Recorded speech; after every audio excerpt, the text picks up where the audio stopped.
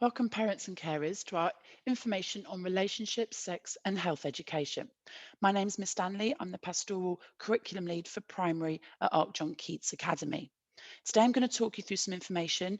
Please feel free to rewind or pause at any point if you need to. I'd like to start off with our really big reason why we deliver RSE at school.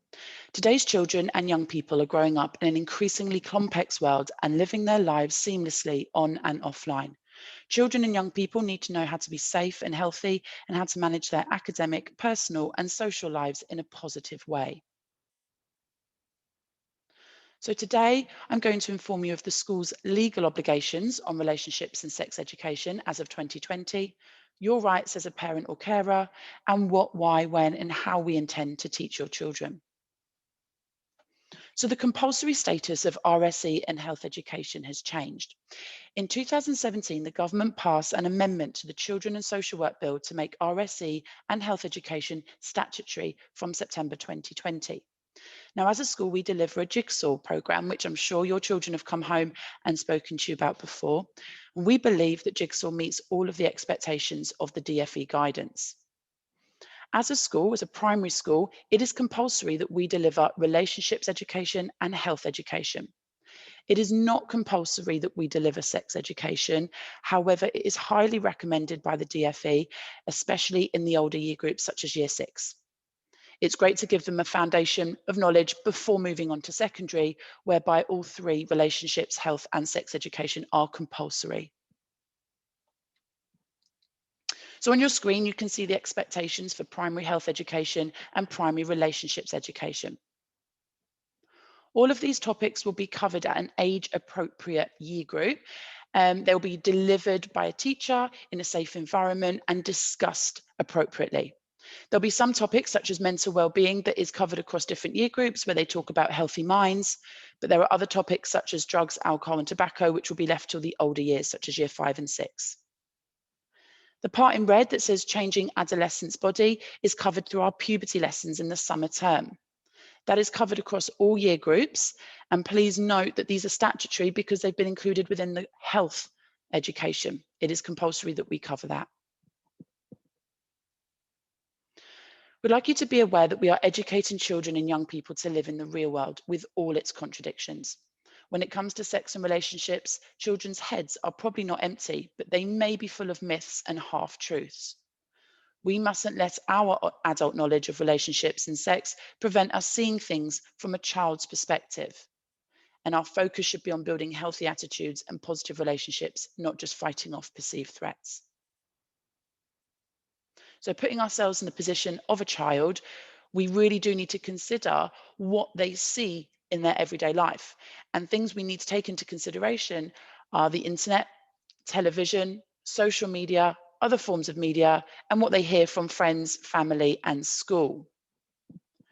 They're also exposed to adverts online, and they can access chat rooms and forums far more easily in the apps and websites they use today. So we as a school had to think about the best approach to take. And there are 4 approaches on the screen. The first indicates or suggests that we keep children in the dark. We try and shelter them from the knowledge that they need to know. The second implies that we fill their heads with too much information, perhaps overwhelm them and confuse them. The third indicates that we should drip feed information slowly and carefully. And the fourth is the scare tactic, scaring them into thinking that they're too young and they don't need to know anything yet. As a school, we believe that the drip feeding approach is by far the best.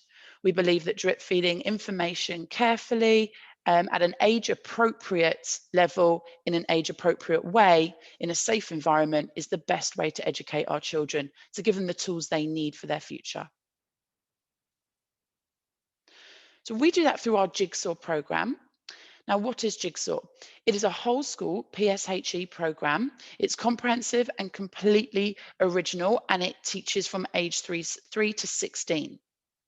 PSHE stands for Personal, Social and Health Education, but it includes the statutory relationships education as well. The children have a weekly lesson with their teacher every week, and it is underpinned by mindfulness. It gives them plenty of opportunities to have discussions, paired work, group work, and it is taught across 6 terms. So each of the topics on the left-hand side of your screen is taught across a half term in the year. So every year group will start with Being Me in My World in autumn 1, followed by Celebrating Difference. Dreams and Goals and Healthy Me is covered in the spring term, followed by Relationships and Changing Me in the summer term. Today I'm going to focus on relationships and changing me, which are the 2 topics covered in the summer term. Starting with relationships, on the screen you can see a summary of the topics that we teach. Some of those will be covered across all year groups, such as families and friendships. They will look at different family structures, what makes a good friendship, how we can have positive relationships. Other things like cyber safety and social networking further down will come with the older children in Key Stage 2. Here are some examples of relationship resources in Key Stage 1. We show a lot of picture cards and have a lot of discussions around things that they see on a daily basis, the different relationship structures, what makes a positive relationship, how you can tell someone is happy with that relationship. And there are also some picture cards used here, also covered in Celebrating Difference, where we look at what different families might look like. They cover all different ages.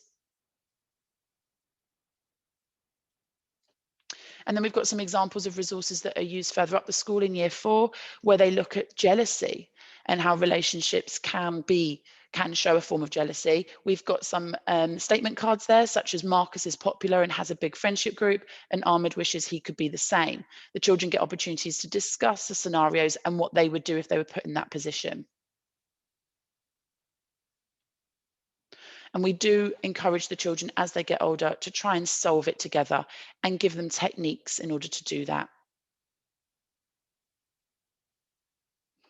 Our 3 main priorities as to what should children know about relationships are on the screen. Number 1, we really want them to know what a positive, healthy, caring, safe relationship looks and feels like. Secondly, how to speak up and get help when a relationship does not feel healthy, positive, or safe. And thirdly, we think it's really important to teach them how to make and maintain positive relationships.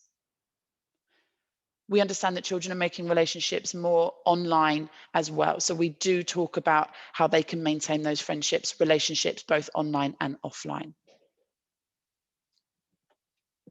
Now moving on to Changing Me. You've got some of the topics that's covered in our Changing Me unit, which is the last one that is taught in each year group. Some of the topics will be covered in all year groups. Some will be focused more in Key Stage 2. The larger ones, How Babies Are Made, is taught solely in year 6. They will cover things about talking about babies in a female body in year 3, but it is only taught in year 6 as to how babies are made. Puberty is covered across all year groups, but in different detail.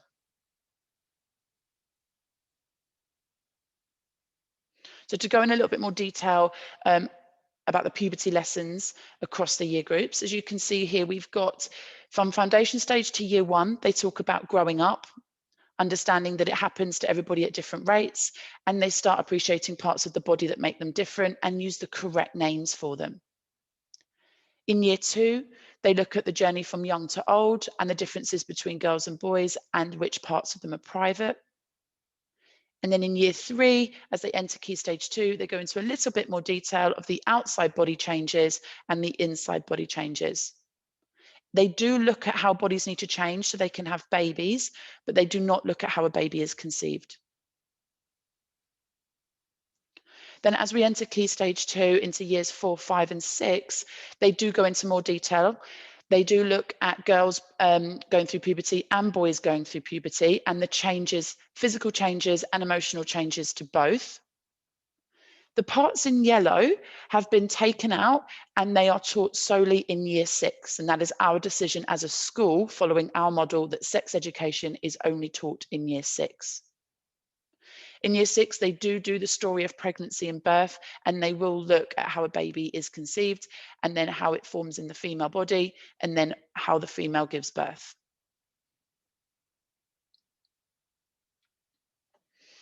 Here are some examples of picture cards that are shown in year 2 to show inappropriate contact. So a lot of it, again, is shown through pictures. On the right-hand side, you've got an outline of a jigsaw lesson, just to give you an indication of the little steps that we take. They start with a connect us game, then they might do some paired work or paired activity and have a discussion, and then they might finish on an individual activity as well. And then moving on to year 4, we show them some scientific diagrams of the female parts so they can understand the menstruation cycle. Children are starting their periods younger. Now we've had children as young as year 3 and 4 starting their periods. It's really important that girls and boys are informed of the changes that happen to the bodies and that they can develop that understanding and empathy for one another. There's also some bubbles on the left which show statements that children can complete. So for example, one way my body will change during puberty is, and they have those discussions in class and they're encouraged to be open about them. Now, we know that children may feel a tad uncomfortable, slightly embarrassed. They do feel more comfortable as the lessons go on, but they may want to come home and have these discussions with you instead. And that's fine. We do strongly encourage a good homeschool relationship, which is why we want to inform you of what we're teaching.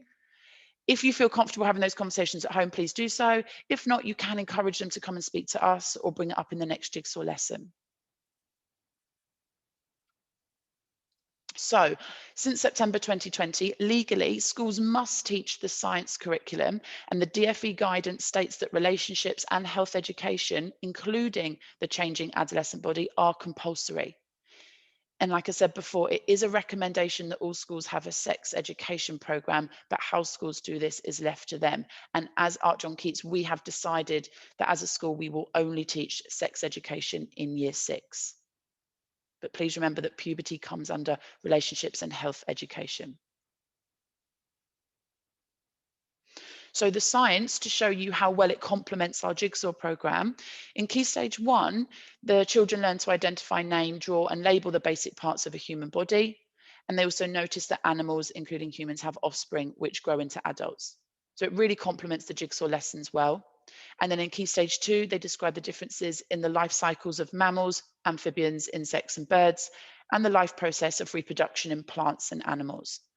They do go on to describe the changes as humans develop to old age, and later in Key Stage 2, learn about the changes experienced in puberty. So it also complements our jigsaw lessons. So we define sex education as human reproduction, conception and birth.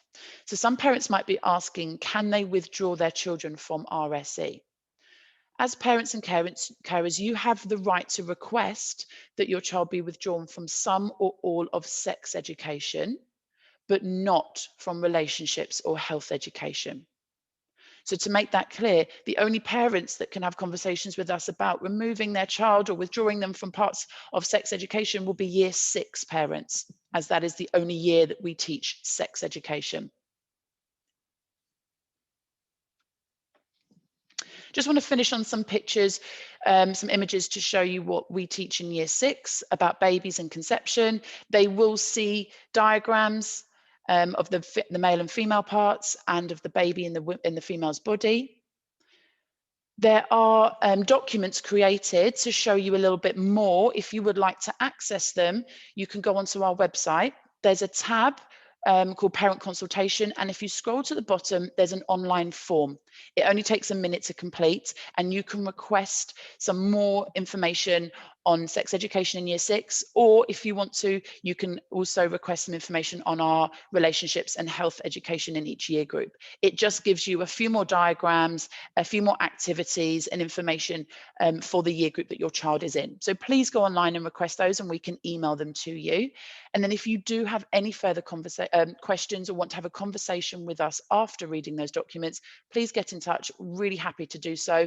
I can speak to you, or Mr. Saeed, you can request your head of year. Anyone you would like to speak to can give you some more information.